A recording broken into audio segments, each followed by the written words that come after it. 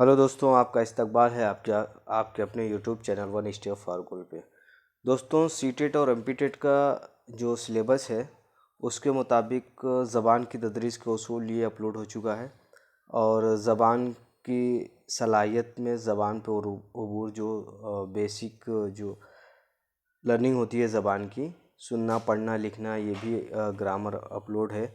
और जो तरीक़े तदरीस है, जो उर्दू लिखने पढ़ने के जो तरीक़े हैं, ज़बान सीखने के ख़यालात, ज़बानी तहरीरी इज़हार करने के कवायद जो उसके तरीक़े हैं, वो भी सारे अपलोड हैं। और इसका ये एक अगला वीडियो है जो तरीक़े तदरीस में कौन कौन से तरीक़े होते हैं। इसमें हम दो तरीक़ों को देखेंगे, एक लेक्चर का तरीक़ा, एक सवाल जवाब के तरीक़े को। दोस्तों, ये सीटेट के लिए और एमपीटेट के लिए बहुत ज़्यादा इम्पॉर्टेंट है, इसको एक बार आप ज़रूर देखिएगा। सीटेट के लिए तो बहुत ज़्यादा इम्पॉर्टेंट है चूँकि एमपीटेट में ज़्यादातर जो ग्रामर से क्वेश्चन आते हैं, लेकिन 10 नंबर के क्वेश्चन इस बार के जो सिलेबस में है, वैसे तो दिया गया है 15, लेकिन आमतौर से 15 दिया रहता है, आते नहीं हैं, एक दो ही पेडागोजी के क्वेश्चन आते हैं। और अभी भी जो पिछले साल के जो पेपर हो चुके हैं उसमें हमने देखा कि पेडागोजी का कोई भी क्वेश्चन उर्दू का नहीं है। तो लिहाजा उस पर तो ज़्यादा से ज़्यादा ग्रामर पे आप तवज्जो देनी है। और जो निसाबी किताबों में जैसे मुंशी प्रेमचंद हो गए या कृष्णचंद के अफसाने हो गए, इन सारे सर सैयद अहमद ख़ां हो गए, इनके अल्लामा इकबाल हो गए, इनके बारे में बुनियादी चीज़ें आपको मालूम होंगी तो इंशाल्लाह बहुत अच्छे उसमें नंबर आ सकते हैं। आप लोग कमेंट करिएगा अगर एमपी टेट की तैयारी के लिए अगर मवाद चाहिए तो। हालांकि उसका ग्रामर का वीडियो अभी रुका हुआ है और ये सीटेट के लिए है, बहुत ज़्यादा इम्पोर्टेंट है। देखते हैं लेक्चर का तरीका, लेक्चर या बयानिया तरीका, इसमें से अच्छे खासे सवालात आते हैं यहाँ से। अब देखा जाएगा कहाँ कहाँ से सवालात पूछते हैं, इसको देखते हैं हम। लेक्चर तरीके में इस तरीके तदरीस से मौलिम बोलता है और तलबा सुनते हैं। लेक्चर से आपको खुद समझ में आ रहा है कि लेक्चर का मतलब कि मौलिम लेक्चर देता रहता है, बोलता रहता है और तलबा उनको सुनते रहते हैं। अब यहाँ से एक चीज़ आप ये कर सकते हैं, तलबा सुनते रहते हैं, यानी कि मौलिम यहाँ पे एक्टिव रहता है और जो लर्नर होता है, जो तलबा होता है, वो पैसिव होता है। तो इस तरह के क्वेश्चन सीटेट में आते हैं, इसको ध्यान दीजिएगा आप। अगर इसको आपने अच्छे से समझ लिया तो यहीं से क्वेश्चन पूछता है तो आप उसको सही कर सकते हैं। आप बहुत ज़्यादा मुश्किल नहीं आता है। अगर आप लोग प्रैक्टिस सेट भी चाहते हैं तो जैसे ये कंप्लीट होगा या जैसे जैसे एक एक टॉपिक कंप्लीट हो रहा है वैसे वैसे प्रैक्टिस सेट भी कराई जाए तो, लेकिन आप लोग के जैसा अच्छा लगे वैसा कमेंट करिए ताकि उस हिसाब से तैयारी और बेहतर तरीके से कराई जा सके। देखते हैं, इस तरीके तदरीस से मौलिम बोलता है और तलबा सुनते हैं। मौलिम तलबा को वो तमाम बातें बता देते हैं जिनसे वो लाइल्म होते हैं। क्या है, मौलिम क्या करता है कि वो पूरी बातें जो होती हैं, जो नॉलेज होता है, जो इल्म होता है, वो पूरा बच्चों के सामने उगल देता है, ऐसे ही कह सकते हैं। चूँकि वहाँ पे बच्चा पैसू होता है तो वो लाइल्म होते हैं, यानी बच्चे लाइल्म होते हैं और मौलिम जानकार होता है, सारी इन्फॉर्मेशन बच्चों को दे देता है। अब देखते हैं कुछ बातें हैं जो लेक्चर में किस चीज़ का ध्यान रखना चाहिए, कैसे देना चाहिए लेक्चर, किस तरीके से इसको बच्चों की नफ्सियात के साथ जोड़ सकते हैं, ये सारी चीज़ें। लेक्चर देना एक उम्दा तरीका कार है, ये कदीम ज़माने से चला आ रहा है। और आप इसमें से कमेंट बॉक्स में बताइएगा कि क्या लेक्चर तरीका आइडियलिज़म पे मुनासिर है कि नहीं है। अगर नहीं होगा तो आप कमेंट करिएगा, इसका जवाब अगली वीडियो में बिल्कुल दिया जाएगा। लेक्चर देना एक उम्दा तरीक़ाकार है, ये कदीम ज़माने से चला आ रहा है। आवाज़ का उतार चढ़ाव, जिस्म के हरकत व सकनात, चेहरे और आँखों से क़ल्बी तासुर का इजहार तलबा के लिए मौजू समझने में माउन साबित होता है। यहाँ पे ये कहा जा रहा है कि अगर आप लेक्चर दे रहे हैं तो आप अपने जैसा लेक्चर दे रहे हैं तो हाथों के इशारों के ज़रिए, चेहरे के यानी सिंबॉलिक लैंग्वेज का आप इस्तेमाल करें और अपने तासुरात को आप जो कह रहे हैं वो आपकी हरकत से भी ज़ाहिर होना चाहिए, आप किस चीज़ को कह रहे हैं, ताकि बच्चा जो उसको और दिलचस्पी के साथ उसको सुन सके, मौजू और जो आप पढ़ा रहे हैं उसको समझने में उसको मददगार हो सके, माउन साबित हो, यानी उसको उसके लिए मददगार हो। अब देखते हैं, दौरान लेक्चर बात की वजाहत के लिए जानी पहचानी तशबीहात व तलमीहात का इस्तेमाल मुनासिब है। यहाँ पे ये बात कही जा रही है कि जब आप लेक्चर दे रहे हों तो ऐसा नहीं है कि आप बहुत मुश्किल अल्फाज का इस्तेमाल करें, बल्कि आप उन्हीं अल्फाज का इस्तेमाल करें जिससे बच्चे वाकिफ़ हैं, ताकि उनको पूरी बात अच्छी तरीके से समझ में आ जाए। वैसे भी आप जानते हैं कि जब प्राइमरी आप पढ़ा रहे हैं, तदरीस कर रहे हैं, तो बच्चों की नफ्सियात के मद्देनज़र रखते हुए बच्चों की साबिक़ा मालूमात आपके पास होनी चाहिए, ताकि उसी हिसाब से आप अल्फाज का इंतखाब करें और उन्हीं के मुताबिक आप لیکچر دیں جو بچے سمجھ سکتے ہیں۔ ایسا نہیں ہے کہ بہت مشکل الفاظ کا استعمال کریں تاکہ بچے دلچسپی لینا ہی بند کر دیں۔ اب دیکھتے ہیں اعلیٰ ثانوی جماعتوں کے لیے یہ طریقہ کار بہتر تصور کیا جاتا ہے۔ اعلیٰ جماعتی تھوڑا سا بچے سمجھدار ہو جاتے ہیں، تو لہٰذا ان کے لیے زبان لکھنا پڑھنا ان کو آ جاتا ہے، تو ان کے لیے یہ طریقہ کار بہتر تصور کیا جاتا ہے۔ لیکن پرائمری کے لیے چونکہ بچے سننے کی ان کی عادت ہوتی نہیں ہے، ایکٹیویٹی اور کھیل کے ذریعے، کہانیوں کے ذریعے وہ زیادہ سیکھنا پسند کرتے ہیں۔ اب دیکھتے ہیں کسی لیکچر کو دینے سے پہلے اس کی تیاری ضروری ہوتی ہے۔ جو لیکچر دینا ہے، کس موضوع پہ دینا ہے، کیا دینا ہے، اس کی پوری مکمل طور سے تیاری ہونی ضروری ہے۔ موضوع کے لیے مواد کا فراہم کرنا، یعنی جس موضوع پہ آپ دے رہے ہیں، جیسے کسی کہانی پہ دے رہے ہیں، کسی افسانے پہ دے رہے ہیں، تو اسی سے متعلق مواد کا فراہم کرنا بہت ضروری ہے۔ توضیحات پورے احتیاط سے کرنا چاہیے۔ اس کی جو وضاحت کریں اسے فضول چیزوں سے آپ بچیں، اور زیادہ سے زیادہ ایسی باتوں کے جو بچوں کی زندگی سے، ریئل لائف سے جو ریلیٹ کرتی ہے یا اصلی زندگی سے جو رابطہ رکھتی ہے، تعلق رکھتی ہے، انہی باتوں کو آپ ان کو مثالوں کے ذریعے سے ان کو سمجھائیں۔ دوران لیکچر طلباء کی دلچسپی کو مد نظر رکھنا چاہیے کہ بچے کس چیز میں دلچسپی لے رہے ہیں اور کس میں دلچسپی نہیں لے رہے ہیں، تاکہ اور زیادہ مؤثر طریقے سے آپ تدریس کو کر سکیں۔ لیکچر میں تسلسل نہ ہو تو طلباء کی دلچسپی کم ہو جاتی ہے۔ اب لیکچر جب آپ دے رہے ہیں تو اس میں ایک تسلسل ہونا چاہیے، جس موضوع پہ دے رہے ہیں بس اسی موضوع سے متعلق باتیں ہونی چاہیے، نہ کہ باتیں کچھ ٹیچرس ہوتے ہیں، آپ بھی دیکھتے ہوں کہ پڑھتے ہوں گے تو باتیں کہیں کی ہوتی ہیں اور کہاں گھمانے لگتے ہیں، تو کیا ہوتا ہے اصل بات سے وہ بھٹک جاتے ہیں۔ لہٰذا ایسا لیکچر نہیں ہونا چاہیے۔ حالانکہ جو معلم پڑھاتے ہیں ان کو بھی یہ بات معلوم ہوتی ہے، لیکن جانتے ہیں کہ تحریری کام الگ ہوتا ہے اور عملی کام الگ ہوتا ہے، جو ہمارے ہندوستان میں تو رائج ہی ہے۔ ایک اچھا معلم وہ ہوتا ہے جو طلباء کے ذہن کو مسئلے کی طرف راغب کرے اور ان کے خیالات کو منتشر ہونے سے بچائے۔ منتشر ہونے میں بٹنا۔ ایک اچھا معلم وہ ہوتا ہے جو طلباء کے ذہن کو مسئلہ جس مسئلے پہ آپ لیکچر دے رہے ہیں، جیسے دور حاضر پہ کسی مسئلے پہ NRC ہو گیا، CC ہو گیا، بہرحال پرائمری کے لیے تو مناسب نہیں ہے، جیسے انوائرمنٹ کے کسی مسئلے پہ بچوں کو بتا رہے ہیں، تو ان کو اس طریقے سے ان کو بتائیے تاکہ ایسا نہ ہو کہ وہ دوسرے کام میں مصروف رہیں یا پیچھے بچوں سے باتیں کریں، ایسا نہیں، بلکہ ان کے ذہن کو منتشر ہونے سے بچانا ایک معلم کی ذمہ داری ہے۔ لیکچر کے دوران انہیں اتنا وقت دیا جائے کہ وہ سوچ سمجھ کر اپنے خیالات کو پیش کر سکیں۔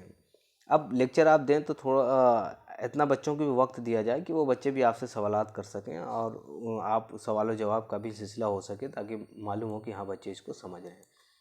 لیکچر کے خاص نکات کو تختہ سیاہ پر لکھنا بہت ضروری ہے۔ کیا ہے؟ لیکچر کے خاص نکات کو تختہ سیاہ پر لکھنا، یعنی جو خاص نکات ہیں ان کو آپ تختہ سیاہ پہ لکھتے رہیں تاکہ آپ کی تدریس مؤثر انداز سے ہوتی رہے۔ معلم کو تقریر کے فن سے بھی واقفیت ہونا ضروری ہے۔ جو تقریری فن ہوتا ہے، ایک معلم تو آئیڈیل ہوتا ہے، ٹیچر ہوتا ہے، لیڈرشپ کی صلاحیت اس میں ہونی چاہیے۔ جب ہم معلم کی صلاحیت دیکھیں گے تو وہاں پہ اس چیز کو تفصیل سے جانیں گے۔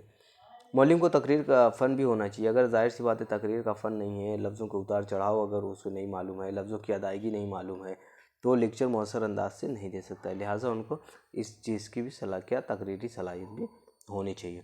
لیکچر کے دوران اپنی آواز کو بلند رکھے اور اتار چڑھاؤ کا بھی خیال رکھے تاکہ لیکچر جس موضوع سے متعلق ہو طلباء اس کو واضح طور پہ سمجھ سکیں۔ اب جہاں پہ دھیمی آواز چاہیے وہاں پہ دھیمی رکھیے، جہاں پہ تیز آواز ہو وہاں پہ تیز آواز رکھیں۔ تیز آواز بھی اتنا نہیں ہے کہ بغل کا کلاس چل رہی ہے تو وہ ڈسٹرب ہو، اس کلاس روم کے مطابق جتنے بچے ہوں اس حساب سے آپ اس کو استعمال کر سکتے ہیں۔ یہ رہا لیکچر کا طریقہ۔ اب اس میں میرٹس اور ڈیمیرٹس آپ یہیں سے نکال سکتے ہیں کہ اس میں بنیادی جو پرائمری بچے ہیں ان کے لیے مناسب غیر موضوع ہے، مناسب نہیں ہے، اس میں وقت کم لگتا ہے، اس میں مواد کو زیادہ پہنچایا جا سکتا ہے۔ یہ ساری چیزیں آپ اسی سے نکال سکتے ہیں، اور یہ کوشچن اسی سے بیچ سے اٹھا کے یہ کوشچن پوچھا جاتا ہے۔ دیکھیے اس میں سے کوشچن جو ہے کہاں سے ابھی تک جو سیٹیٹ میں آپ دیکھیں گے اس میں جو آیا ہے، اعلیٰ ثانوی جماعتوں کے لیے طریقہ بہتر کار تصور کیا جاتا ہے۔ اس طرح کا کوشچن سیٹیٹ میں جب ہم لوگ پریکٹس سیٹ دیکھیں گے تو اس طرح کا کوشچن اس میں آیا ہے۔ لیکچر کے پہلے تیاری کی اور اس میں کیا کیا استعمال کرنا چاہیے، بچوں کے نفسیات کو اس کی وضاحت کس طریقے سے کرنی چاہیے، تو اس طریقے سے کوشچن یہیں سے بیچ سے اٹھا کے کوشچن بنایا جاتا ہے۔ अब इसमें देखते हैं सवाल व जवाब का तरीका। वो हो गया लेक्चर का पूरा तरीका। अब क्वेश्चन वहीं से आता है जब हम प्रैक्टिस सेट करेंगे या आप जब सीटेट का पेपर देखेंगे, प्रीवियस पेपर देखेंगे, वहाँ से आपको समझ में आएगा कि किस तरीके से सवाल पूछा जाता है। अब इसके बाद इंशाल्लाह इसका कुछ प्रैक्टिस सेट कराया जाएगा। अब देखते हैं सवाल व जवाब का तरीका क्या है। सवाल व जवाब साबका मालूमात और नई मालूमात में रब्त कायम करने के लिए सवाल व जवाब का तरीका इस्तेमाल किया जाता है। आप देखते होंगे जब लेसन प्लान बनाते हैं तो उसमें जो तमहीदी सवालात करते हैं, तो तमहीदी सवालात वही होने चाहिए जो बच्चों की साबका मालूमात से हो, और जो उसमें तकरीबन 4 से 5 क्वेश्चन होते हैं, तो 5वां क्वेश्चन जो होता है वो गैर तसल्ली बख्श होता है। हम उम्मीद करते हैं कि बच्चे इसके जवाब, सारे बच्चे इसके जवाब नहीं जानते हैं, बल्कि एक आध दो बच्चे इसके जवाब को दे सकते हैं, ताकि उसी तरीके से आप हम मौजू का तारुफ करा सकें। तो वही बात कही जा रही है, सवाल व जवाब का तरीका इस्तेमाल किया। मौलिम को यह काम देखिए वही बात, साबका मालूमात और नई मालूमात में रब्त कायम करने के लिए सवाल व जवाब का तरीका इस्तेमाल कीजिए। तो वही बात कही जा रही है जो वहाँ पे तमहीद में कही जाती है। मौलिम का ये काम है कि बच्चा जो कुछ सीख चुका है उसकी मदद से मज़ीद मालूमात की तरफ उसे रुजू किया जाए। बच्चे ऐसा नहीं है कि जब स्कूल में आते तो वो कुछ नहीं जानते हैं, उनको नन्ना साइंटिस्ट भी कहा जाता है।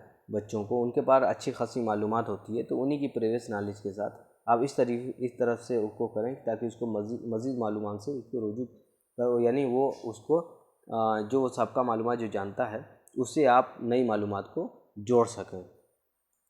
मौलिम को अपने मकसद के साथ साथ तलबा के मकासद को भी पेश नज़र रखना चाहिए ताकि मुनासिब तरीके का इस्तेमाल हो सके। मौलिम अपने मकासद के साथ तलबा के क्या मकसद हैं, क्या पेश नज़र रखना चाहिए ताकि मुनासिब तरीके से, यानी मौलिम का एक मकसद क्या होता है कि हमें बच्चों को ज़बान सिखानी है, तो ज़बान में क्या सिखाना है, सुनने की सलाहियत, बोलने की सलाहियत, तहरीरी सलाहियत, ये सारी चीज़ें हैं। तो उसी मकसद के हिसाब से बच्चों को भी तरीके को इस्तेमाल कर सके। जैसे हम लोग में तहलीली तरीका, तरकीबी तरीका, क़वायद का तरीका, ये सब जो हमने पढ़ रखा है वही है, वही तरीके को आप कौन सा तरीका मौजू है उस तरीके को आप उसमें इस्तेमाल कर सकते हैं। मुअल्लिम के लिए लाजिम है कि वो मुख्तसर, जामे और आसान ज़बान और वाज़ेह अंदाज में तलबा से सवाल पूछे।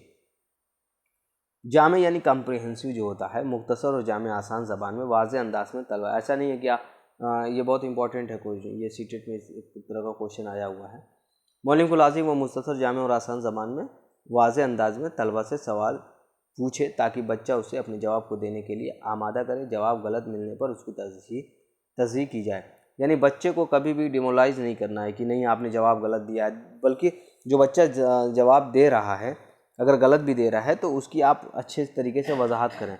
ऐसा नहीं है कि नहीं आपने बैठाल दिया, नहीं आपने जैसा ही गलत जवाब, बल्कि बच्चा क्या सोच रहा है उसको आपको अव्वलियत देनी है, यानी उसको आपको प्राथमिकता देनी है। तलबा को भी सवालात पूछने का हक़ दिया जाए। बिल्कुल तलबा को पूरी आज़ादी देनी चाहिए। डेमोक्रेटिक माहौल पूरे क्लास का होना चाहिए ताकि कोई भी बच्चा हो उसके अंदर कोई बगैर डर और खौफ के वो आपसे सवालात पूछ सके। मौलिम को चाहिए कि जहाँ तक हो सके गैर मुतालिक सवाल से गुरेज करना चाहिए। जब मैं एनसीएफ पढ़ रहा था तो एनसीएफ में जो सवालात के तरीके हैं वहाँ पे भी इस बात को कहा गया है, मौलिम को चाहिए कि गैर मुतालिक सवालात से गुरेज करना चाहिए। जब हम एनसीएफ की पूरी किताब है हमारे पास, तो जो उर्दू में एनसीएफ जो छपी थी सन 2005 है, आप कमेंट करिएगा, उसी से फ़ोटो क्लिक करके पीडीएफ के ज़रिए से आपको पहुंचाया जाएगा ताकि कोई भी क्वेश्चन एनसीएफ से मिस ना हो पाए। और बिल्कुल हकीकी जैसा एनसीएफ की तरफ से जो किताबें छपी हैं वहीं से जो अहम नुकात हैं वही आप तक पहुंचाए जाएंगे ताकि आप उसको अच्छी तरीके से सवालात कोई भी आप उसको हल कर सकें। सवालात देखिए 3 तरह के होते हैं। तमहीद के बारे में मैंने पहले ही बताया, तमहीदी सवाल होते हैं जो बच्चों के साबका मालूमात से होते हैं। तफ़हीमी सवालात तफ़हीम वो होता है कि जैसे आपने जो चीज़ें, जैसे उर्दू में है लेसन प्लान आपने बना लिया है, जब आप वजाहत कर लेते हैं, इसमें 2 तरह, एक तो वजाहत से पहले आप तफ़हीमी सवालात कर लेते हैं, दूसरा है कि वजाहत के बाद आप तफ़हीमी सवालात करते हैं। तो जो आपने पढ़ाया है उस पूरा जो आपके तदरीस जो की है उसी पूरे का अहाता करता है, उसी के मुनहसिर सवालात होते हैं कि बच्चों को कितना समझ में आया, कितना समझ में आया, वो तफ़हीमी सवालात होते हैं। और यादा के मतलब जो आपने स्पेसिफिक ऑब्जेक्टिव बनाए हैं उसी के ज़रिए यादे के सवाल या तय्युन कदर के सवालात होते हैं। रिकैपिचुलेशन उसको इंग्लिश में बोलते हैं। अब इसमें देखते हैं तमहीद से तमहीदी यानी तमीज़ी सवालात क्या होते हैं, साबिक़ा मालूमात की जांच होती है बच्चों की, बच्चे क्या जानते हैं क्या नहीं जानते हैं इसकी जांच। तफ़हीमी सवालात नफ्स मज़मून पर मबनी होते हैं, ये सवालात आसान से मुश्किल की तरफ होते हैं। फ़िक्र अंगेज़ उसमें तसलसल पाया जाता है और पूरे सबक का इहाता किए हुए होते हैं।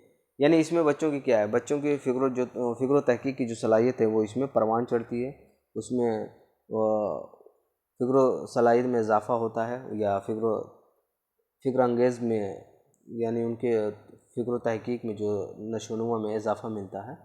यह होते हैं तफ़हीमी सवालात। एक बार फिर से देख लेते हैं। तफ़हीमी सवालात नफ्स मज़मून पर मबनी होते हैं, ये सवालात आसान से मुश्किल की तरफ होते हैं। फ़िक्र अंगेज़ इनमें तसलसल पाया जाता है और पूरे सबक का इहाता किए हुए होते हैं। ठीक है, अब आगे देखते हैं। इहाते के सवालात मरकज़ी ख़यालात के इहाता किए हुए होते हैं। मरकज़ी ख़याल का इहाता किए होते हैं मतलब आपने जो स्पेसिफ़िक ऑब्जेक्टिव जो आपने बनाया है, जैसे उसमें पहला स्टेप नॉलेज है, अंडरस्टैंडिंग है, एप्लीकेशन है, अब स्किल है, एटीट्यूड है, इस हिसाब से जो आप स्पेसिफ़िक ऑब्जेक्टिव जो अरेंज करते हैं तो इसी की बुनियाद पे आप इहाता करते हैं। तायुन कद्र के जो सवालात करते हैं इसके बारे में बात कही जा रही है। तो ये बहुत इम्पॉर्टेंट है, तमहीदी सवालात और तफ़हीमी सवालात और तायुन कद्र के सवालात जो आखिर में इहाते के सवालात है। सवाल 3 तरह के होते हैं, आप याद रखिएगा इसको। दोस्तों ज़्यादा से ज़्यादा वीडियो को शेयर करिए, लाइक करिए, कमेंट करिए और सब्सक्राइब करिए, और जो नए हों वो ज़रूर सब्सक्राइब करें ताकि ज़्यादा से ज़्यादा वीडियो अपलोड हो। और इंशाल्लाह ये पूरा ऐसा मुकम्मल और जामे नोट है कि बहुत ज़्यादा आपको हेल्प मिलेगी, बहुत ज़्यादा आपको हेल्प मिलेगी। मुख्तसर किताबों से ये नोट्स तैयार किए जा रहे हैं, किसी एक किताब में पूरी उर्दू की पैडागोजी नहीं है। लिहाजा आपसे गुजारिश ये है कि जो उर्दू मज़मून का इंतखाब करते हैं, पहली ज़बान हो या दूसरी ज़बान हो, वो ज़्यादा से ज़्यादा शेयर करें।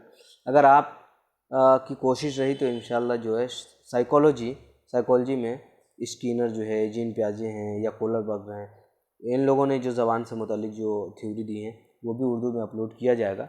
लेकिन अगर आपका सपोर्ट रहा तो। पूरा वीडियो देखने के लिए आपका शुक्रिया। मिलते हैं दोस्तों नेक्स्ट वीडियो में, दुआ में याद रखिएगा।